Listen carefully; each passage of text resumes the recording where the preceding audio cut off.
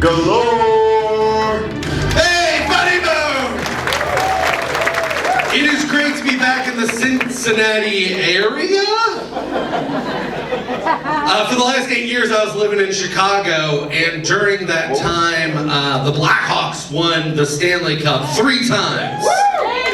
The Cubs won the World Series once. And my car was broken into 8 times more than the Bears went to the Super Bowl. So 8 times. Turns out nobody likes car alarms. Nobody wants to help a car that is getting broken into. Not my problem. I think that would all change if we replaced the car alarm annoying sound with like a really cool 90s song.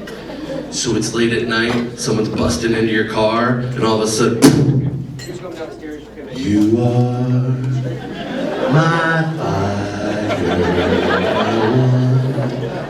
desire, believe when I say. 2 people walking by are like, oh my God, it's that Backstreet Boys! That's who you guys will be following around. I will help that car! We can just go this way.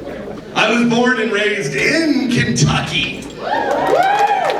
But whenever anyone asks me where I'm from, I say anywhere else. And I'm not embarrassed to be from Kentucky. It's just when I'm asked and I answer truthfully, this is the response that I always get.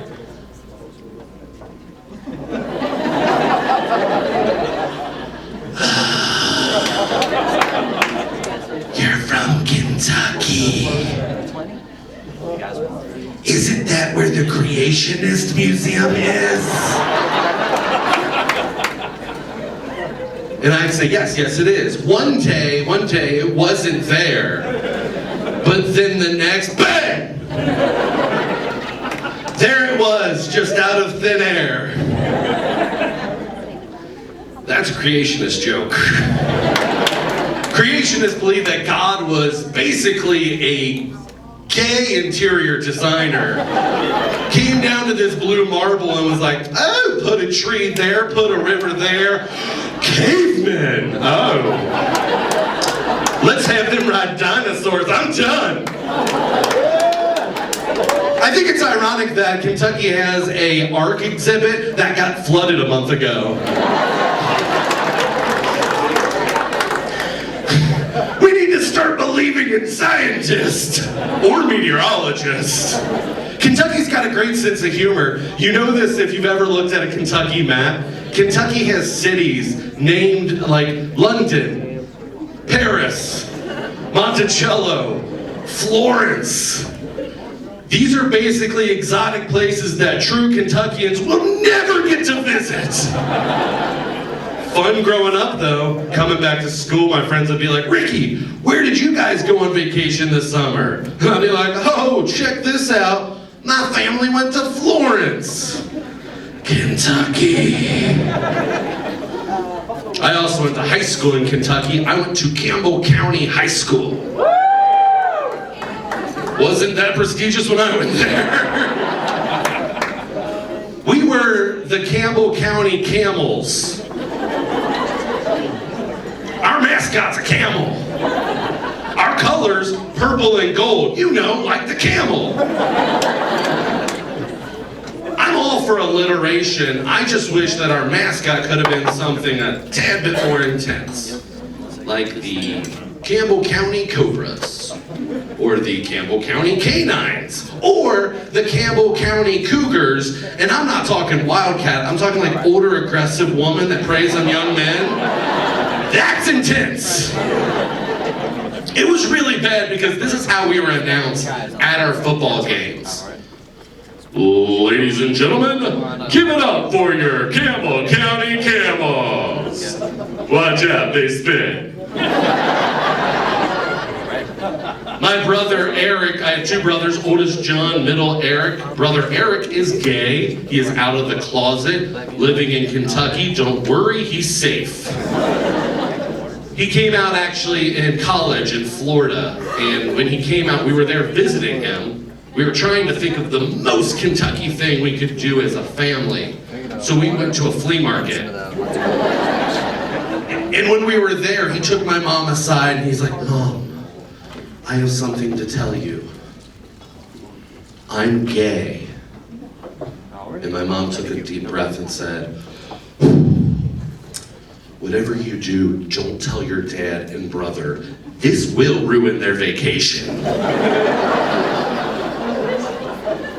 I actually went to college to become a secondary education English major, which is a fancy way to say underpaid high school teacher. 2 years in, I decided to switch my major to theater, to do something more like this. So I asked my brother Eric, who was already out of the closet, to help me tell my parents. So our regular Sunday dinner with the family, after it was done, my brother stood up and he said, "Mom and Dad, Ricky has something he wants to tell you." To which my dad, sitting at the head of the table, hung his head and said, "You're not gay too, are you?" And my brother said, "Nope, but close." I did get married to a lady. Her last name is Dalianitis. She is Greek. Dalianitis in Greek translates to, let me spell that for you. When we got married, I learned something very early on, as I'm sure all men do. I'm never going to ask my wife where she wants to go for dinner. Turns into a fight, ruins the night. I started doing this, had this thought. Now when I come home, I find my wife and I say, "Hey, guess where I'm taking you for dinner tonight?" And whatever she says, that's where we go. That's a life hack. Life hacks make your life easier, but because it's your wife, it's a wife hack. Thing about my wife is she's way smarter than I am. A lot of comedians rag on their significant others, right? They make fun of them, they're like, "There's things I don't understand." I'm gonna do that too, hold on. But she is way smarter. This is a weird example. Actually, first, make some, clap your hands if you're here with your significant other and you think they are smarter than you.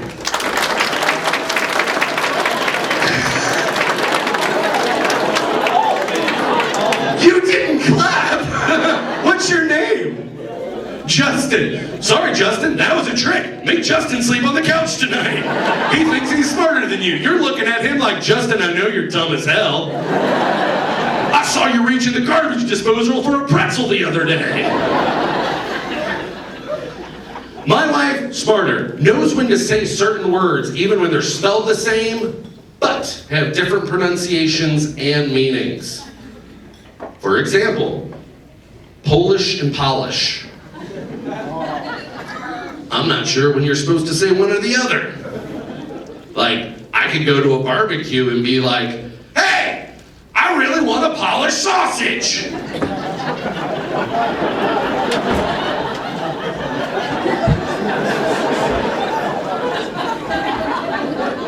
And there might be some guys there that become way more interested in me than I want them to be. I'm not much of a drinker. I actually did meet my wife at a bar, like a work function. We met online. It's one of the rare stories of a online meet working out. I went to her website and she had a profile picture. And her profile picture, she was gorgeous. She was beautiful. She's not here tonight. I'm earning 0 brownie points by saying this. Her eyes are what drew me in. They looked like they had personality. Just by seeing her eyes, I was like, I have to meet her. I have to ask her on a date. And I swear, it wasn't like a serial killer. It wasn't like, her eyes. I must find her. I must meet her. Because serial killers and hopeless romantics have one thing in common. They're always talking about the one that got away. Wasn't like that. First picture, I was hooked. I was in. Second picture, the only other picture she had, she was wearing a hat. And I have a theory about women who wear hats. Women who wear hats are crazy. The bigger the hat, the crazier the lady. and this was a fedora, so like mid-level crazy. I thought that this would be a cute, fun story to tell my wife on our 1-year anniversary. It was not. She got angry. She snapped, "Oh, I'm wearing a hat now. Do I look crazy? Do I look crazy?" And I said, "Yes. It's midnight. We're in bed. Take off the sombrero."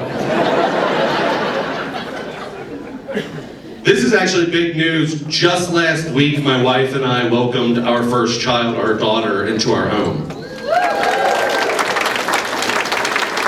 She was born 4 months ago, but just last week we welcomed her inside.